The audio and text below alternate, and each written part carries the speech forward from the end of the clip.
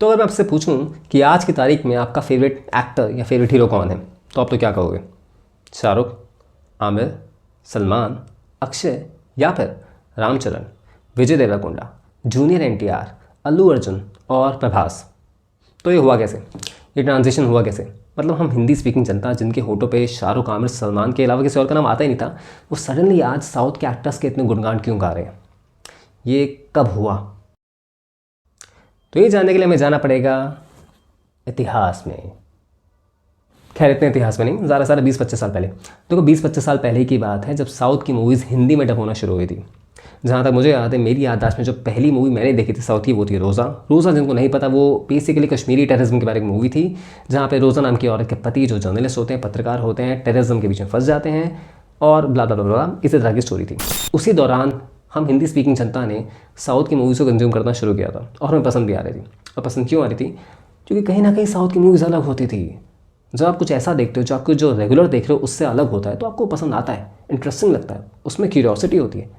That's why south की movies की popularity हमारे सामने बहुत बढ़ने लगी थी। और साउथ के फिल्म मेकर से समझ गया था कि भाई ये धंधा यहाँ भी बहुत चलने वाला है, इनको और मूवीज़ दिखाओ। उसी के साथ साउथ की बहुत सारी मूवीज़ हिंदी में डब होना स्टार्ट हो गई थी। कई मूवीज़ अपने रिलीज़ के साथ ही मल्टीपल लैंग्वेजेस में डब हो रही थी। आपको ये लड़का तो याद होगा, और ये तो पक्का याद होगा। ऐसी बहुत सारी मूवीज़ आई थी जो सुपर हिट हुई थी, हमें बहुत पसंद आ रही थी। और सेट मैक्स और स्टार गोल्ड हमें पेल पेल के तमिल और तेलुगु की मूवीज़ दिखा रहे थे। तो ये सिलसिला बढ़िया चल रहा था। डबिंग आर्टिस्ट की तो निकल पड़ी थी, हम भी इंजॉय कर रहे थे। लेकिन फिर आई यस। तो इस मूवी ने वो कर दिया था ना जो हिंदुस्तान की कोई मूवी आज तक नहीं कर पाई थी। बहुत सारी movies all over India level पे हिट होती हैं, पर ये मूवी मेरे ख्याल से उस वक्त की 2015 की या 2015 से 16 की सबसे बड़ी पैन इंडिया मूवी बन गई थी। और प्रभास बन गए थे इंडिया के सबसे बड़े pan India star after Rajinikanth. Of course seriously वो क्रेज़ ही अलग था, वो बात ही अलग थी। अगर आपको याद होगा बाहुबली का क्रेज़ क्या था, हम सब जानते हैं। इनफैक्ट वो इंडिया की शायद पहली हिस्टोरिकल फैंटेसी मूवी थी। देखो हिस्ट्री पर मूवीज़ हमारे यहाँ भी बहुत बनी है। जोधा अकबर बनी थी, पद्मावत बनी थी, बाजीराव मस्तानी बनी थी, अशोका भी बनी थी, जो कि अच्छी थी, हिट भी थी। लेकिन हिस्टोरिकल फैंटेसी क्रिएट करना मतलब एक ऐसा हिस्टोरिकल इवेंट जो कभी हुआ ही नहीं, और उसके कैरेक्टर्स, उसकी कहानी, उसका म्यूज़िक इतना इंटेंस था कि लोग पागल हो गए थे। बस फिर क्या था? फिर तो Pushpa, RRR, KGF 2, pan India movies की बाढ़ आ गई थी। और बल्कि मैं कहूँगा पैन इंडिया एक्शन मूवीज़ की बाढ़ आ गई थी। सीरियसली एक्शन मूवीज़ का जॉनरा जो यहाँ से उठा है ना, वो पहले कभी नहीं उठा था। हिंदुस्तानी जनता को एक्शन मूवीज़ इतनी पसंद तो कभी आई नहीं थी जितनी सडनली आने लग गई थी। और कुछ ऐसे कॉन्सेप्ट्स हमारे सामने आए जिनके बारे में हमने पहले कभी सोचा भी नहीं था, वो भी साउथ ने में दिए। तो साउथ की मूवीज़ की पॉपुलैरिटी बढ़ रही थी, हम हिंदी स्पीकिंग जनता भी उन्हें दीवानों की तरह पसंद कर रहे थे, और बॉलीवुड की फिल्में कहीं ना कहीं बदनाम हो रही थी। This is true. बॉलीवुड की फिल्में खासकर 2020 में हुए कुछ इंसिडेंट्स के बाद इतनी सारा बदनाम हो गई थी कि लोगों ने उनको बॉयकॉट कर दिया था। और ये नैरेटिव निकल के आ रहा था कि भाई साउथ की मूवीज़ हिंदी मूवीज़ से कहीं ज़्यादा बेहतर होती है, Tollywood is better than Bollywood. पहले तो ये जानते हैं कि साउथ की मूवीज़ जो कि काफ़ी आगे बढ़ रही थी, लेकिन बॉलीवुड बदनाम क्यों हो रहा था? बॉलीवुड की मूवीज़ की इतनी बदनामी हो क्यों रही थी? कुछ रीज़न्स हैं। पहला रीज़न, देखो इतने सालों से मूवीज़ देखने के बाद हमें तो पता चल ही गया था कि बॉलीवुड की बहुत सारी हिट फिल्में, सुपर डुपर हिट फिल्में साउथ से ली गई थी, वहाँ से इंस्पायर हुई थी। सच कहूँ तो कॉपी हुई थी। तो हमें ये समझ आ गया कि जिन फिल्मों के लिए, जिन एक्टर्स को, जिन फिल्म मेकर्स को, जिन राइटर्स को हम क्रेडिट दे रहे थे, वो क्रेडिट तो उनका है ही नहीं, वो किसी और का है। तो यहाँ से ऑलरेडी इनके लिए रिस्पेक्ट कम हो जाती है और उनके लिए बढ़ जाती है। पहला पॉइंट ये हो गया। दूसरा, बेसिकली जब से नेपोटिज्म का डिबेट शुरू हुआ है तो सबसे ज़्यादा बात तो ये आने लगी कि भाई बॉलीवुड में बहुत ज़्यादा नेपोटिज्म है, सिर्फ बड़े बड़े स्टार्स के बच्चे आ जाते हैं, आउटसाइडर्स को तो कोई मौका मिलता नहीं, उनके साथ बड़ी एक्सप्लॉयटेशन होती है। साउथ की मूवीज़ में ऐसा नहीं है, साउथ की इंडस्ट्री में ऐसा नहीं, वो इंडस्ट्री बहुत अच्छी है। तीसरा पॉइंट, ये पॉइंट थोड़ा सेंसिटिव है और मेरे ख्याल से सब लोग इसको ऐसा मानते भी नहीं, लेकिन काफ़ी भारी मात्रा में जनता का पॉइंट ऑफ व्यू है कि बॉलीवुड की मूवीज़ में हिंदू रिलीजन को, हिंदू धर्म को बहुत ही डिमीनिंग वे में दिखाया जाता है, एक तरह से इंसल्ट की जाती है, अपमान किया जाता है। लेकिन साउथ में ऐसा नहीं। साउथ के जो एक्टर्स हैं, वहाँ के जो इंडस्ट्री अपने रूट्स, अपनी जड़ों से जुड़े हुए हैं, और वहाँ पे हमारे हिंदू ट्रेडिशंस को बहुत ही सम्मान और इज्जत के साथ दिखाया जाता है। तो ये कुछ पॉइंट्स थे जो कि जनता को बहुत ज़बरदस्त तरीके से हिट कर रहे थे, और इसलिए बॉलीवुड की मूवीज़ की पॉपुलैरिटी कम होती जा रही थी, फिल्में लगातार फ्लॉप हो रही थी। But is that true? Is Tollywood actually better than Bollywood? आइए ज़रा देखते हैं, ज़रा गौर फरमाते हैं, कुछ पॉइंट्स को नोटिस करते हैं, जिससे ये पता चले कि क्या वो चीज़ें जो इन दोनों इंडस्ट्रीज़ को एक दूसरे से अलग बनाती हैं। ये दोनों इंडस्ट्रीज़ एक दूसरे से अलग कैसे हैं, क्या बेहतर है, क्या कम है। पहला पॉइंट, ओरिजिनलिटी। देखो, किसी भी इंडस्ट्रीज़ की पहचान इस बात से होती है कि वो आपको दिखा क्या रहे हैं, आपको दे क्या रहे हैं, क्या कंटेंट दे रहे हैं, क्या विजन है उनका। तो इस मामले में साउथ की मूवीज़ की खासियत ये है, साउथ के जो फिल्म मेकर्स हैं उनकी खासियत है कि भाई वो ओरिजिनल है। मतलब मैं ये नहीं कह रहा उनकी मूवीज़ कहीं से अडाप्ट नहीं हुई होती या कभी वो कॉपी नहीं करते, पर इतनी नहीं करते। मतलब कितनी मूवीज़ आपने देखी होंगी जो बॉलीवुड से कॉपी की होंगी साउथ ने, मुश्किल से 1 या 2 या 3 थ्री इडियट्स कॉपी की थी, मतलब कमाल की बात है। लेकिन देखा जाए तो मोस्ट ऑफ द उनकी जो मूवीज़ होती हैं वो ओरिजिनल होती हैं। हॉलीवुड की अडेप्टेशन भी मैंने साउथ में इतनी नहीं देखी, यहाँ बॉलीवुड में तो बहुत है भाई। तो ओरिजिनलिटी के मामले में मैं कहूँगा कि साउथ की मूवीज़ बॉलीवुड से आगे हैं, उनकी मूवीज़ ज़्यादा ओरिजिनल होती हैं। सारी अच्छी भी नहीं होती पर ओरिजिनलिटी तो होती है। दूसरा point, relatability of the characters. ये बहुत इंपॉर्टेंट पॉइंट है। तो अगर तुम्हारे कैरेक्टर्स रिलेटेबल ही नहीं है, जनता उनसे रिलेट ही नहीं कर पा रही, तो फिर पसंद क्या करेंगी। मैं ये नहीं कह रहा कि अनरिलेटेबल कैरेक्टर्स को पसंद नहीं कर सकते, पर फिर भी रिलेटेबिलिटी फैक्टर बहुत इंपॉर्टेंट है।